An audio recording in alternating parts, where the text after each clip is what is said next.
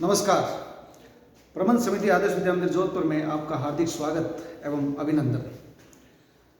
आज हम कक्षा 10वीं विषय सामाजिक विज्ञान पाठ तीसरा अंग्रेजी साम्राज्य का प्रतिकार एवं संघर्ष, जिसमें हमारा प्रकरण रहेगा राजनीतिक आंदोलन 1919 से 1947।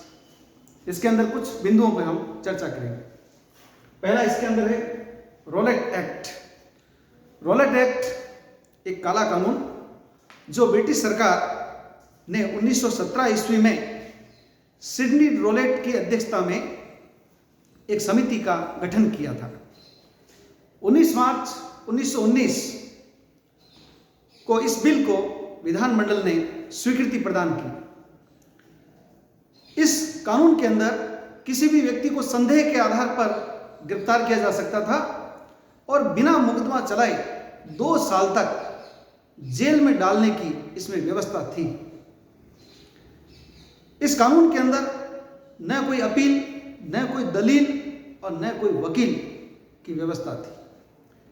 गांधी जी ने इसे काला कानून कहा था।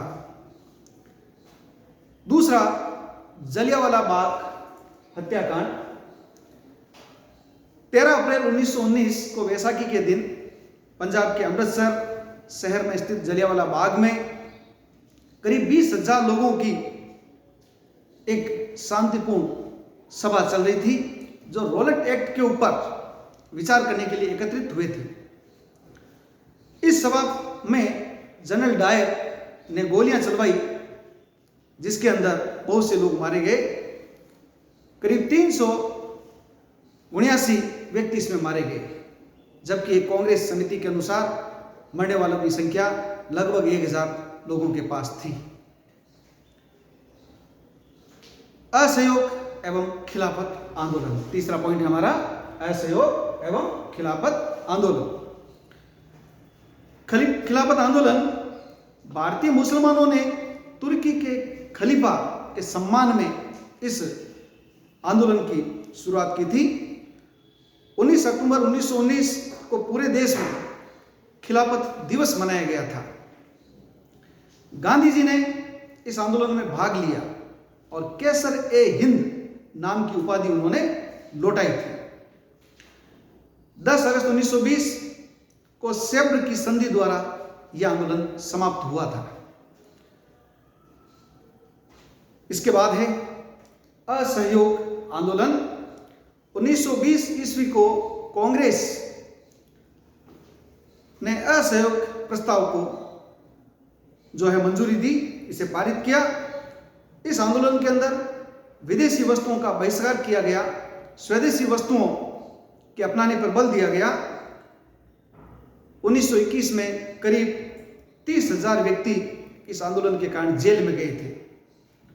5 फरवरी 1922 को उत्तर प्रदेश के गोरखपुर जिले में चोरा-चोरी नामक स्थान पर एक घटना हुई, जिसके अंदर आंदोलन में भाग ले रहे लोगों ने एक पुलिस चौकी को घेरा, जिसमें 21 सिपाही जिंदा जल गए, एक थानेदार भी जिंदा जला।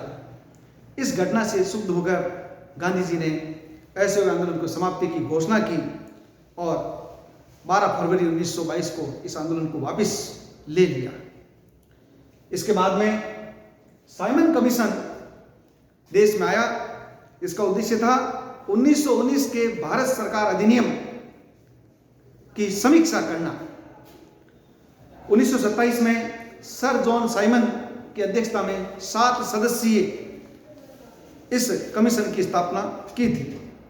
3 फरवरी 1928 ईस्वी को ये जब मुंबई पहुंचा तो इसका भारी विरोध हुआ, देश भर में विरोध हुआ।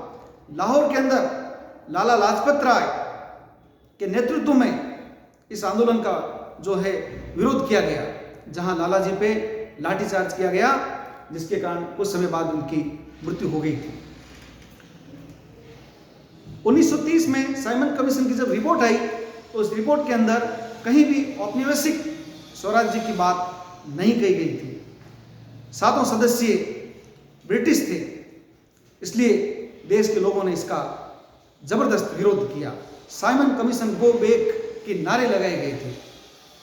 इसके बाद में सविनय अवज्ञा आंदोलन, यानी विनय सहित आदर सहित आज्ञाओं का उल्लंघन करना। समाज के प्रत्येक वर्ग ने इसमें भाग लिया। 30 दिसंबर 1929 ईस्वी में पंडित जवाहरलाल नेहरू की अध्यक्षता में कांग्रेस अधिवेशन के अंदर पूर्ण स्वराज्य की बात जो है प्रस्ताव के रूप में पारित की गई। थोड़े ही समय में करीब 60,000 लोग जेल में डाल दिए गए थे। इस आंदोलन में भी विदेशी वस्त्रों का बहिष्कार किया गया, विदेशी वस्त्रों की होलियां जलाई गई और स्वदेशी का प्रचार प्रसार बड़ी तेजी से हुआ।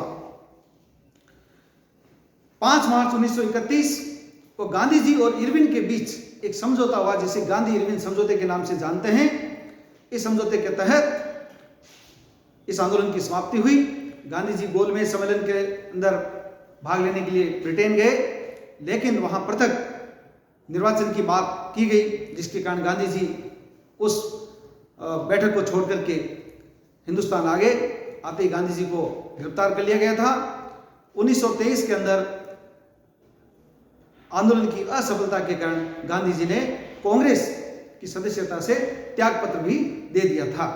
आज हम इतना ही करेंगे। धन्यवाद।